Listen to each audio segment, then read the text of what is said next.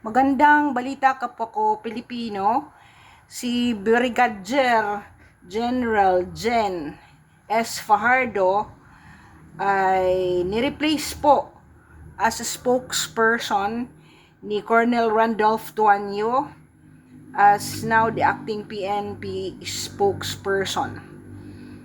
Ang assignment po ni Fajardo ngayon ay Director of Police Regional Office Number 3, Central Luzon, as part of her transfer, but currently siya po ay ini-assign muna as Director for Controllership of Philippine National Police. So, ang pag-domino effect po ni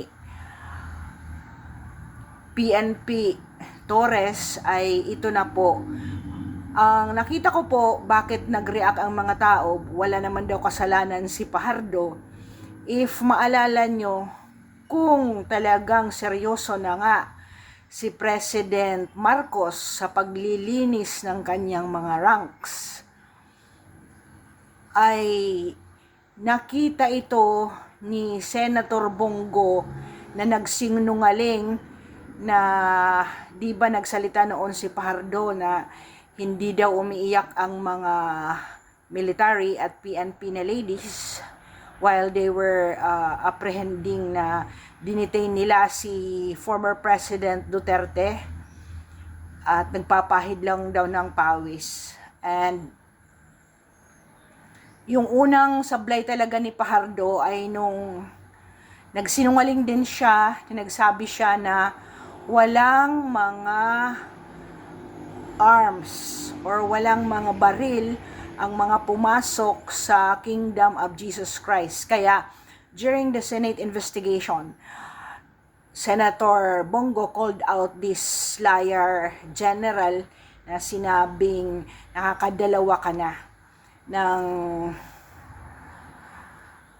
yung ginagawang pagsisinungaling at hindi naman siya nag-contradict doon sa dalawang beses na pagsisinungaling niya na sinabi niyang walang mga arms ang mga pumasok na PNP at yung sinabi ni Bongo na umiiyak talaga yung mga ladies na military and PNP na nandoon sa military airbase na nakadetine po nung dinampot na forcibly ni Torre na isasakay ang ating butihin at mahal na former President Duterte.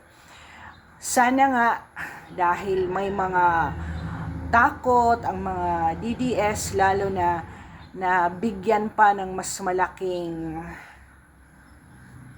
position si Torre. I don't think so kasi kung totoo nga ang sabi ni Remulla when he was asked whether or not bibigyan ng mas malaking position, he said Torre may either choose to early retire kasi parang matagal pa siya, 2027 pa yata mag-retire, or he can choose to stay pero parang demotion na ang mangyayari. There was a story na noon, meron ding ganito, na ang galit ng na-uproot na general na 4-star, niretain niya ang 4-star niya na tsapa at hanggang siya ay mag-forced retirement, hindi niya ibinigay talaga yung 4-star na na yon na tsapa doon sa nagpalit sa kanya. So, knowing ang bati man ang pangit kasi ng ugali ni Torre, I think kung mag-i-stay siya at makayanan niyang mag-stay despite all this na napahiya siya, baka siya ay mag-stay na 4-star general kahit hindi na siya PNP chief. In my other video, I said, ito yung mga possibilities kasi from the beginning of time, talagang liability po si Torre, di ba? Ngayon, kung talagang gusto nang maglinis ni President Marcos, siya ang nag-divulge na itinuro niya si John Vic Remulla at saka si Marcos Jr. na siya ang nag-utos sa kanya na damputin si Marcos regardless, at ang sabi nga niya ay ibigyan niyo lang ako ng eroplano, ako nang bahala dyan na damputin si Duterte.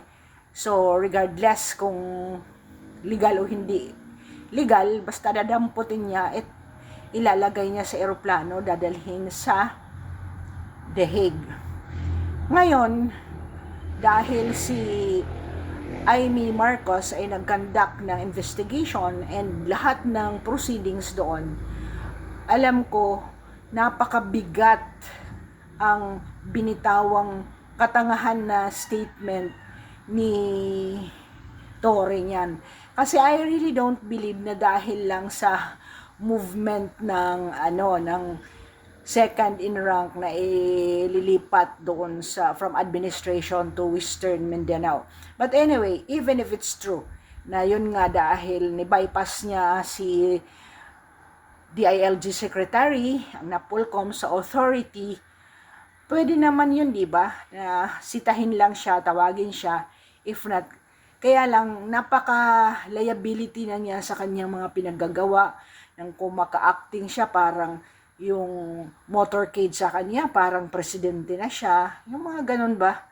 Na siguro kung PMA year ito, hindi ito gagawin. Nakakahiya kasi, kumbaga, ang highest order ng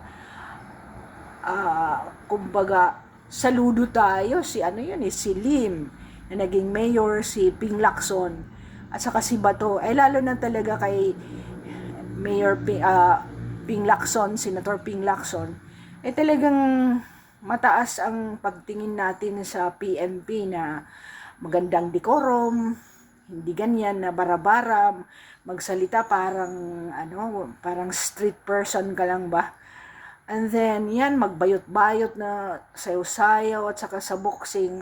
I think, in this time, marami akong mga questions sa kung totoo itong paglilinis ni President Marcos. Salamat at sana mag-domino effect ito. Also, yung leadership ng Congress, palitan na yan. At sana meron talagang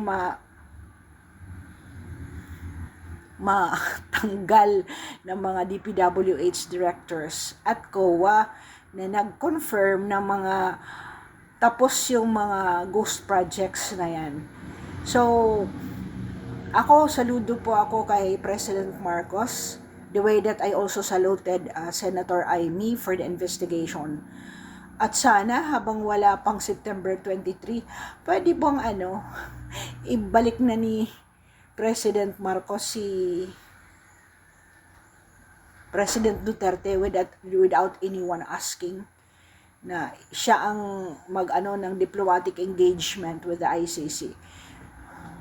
Maraming salamat po sa pakikinig, and this is a new congratulations and salute to BBM.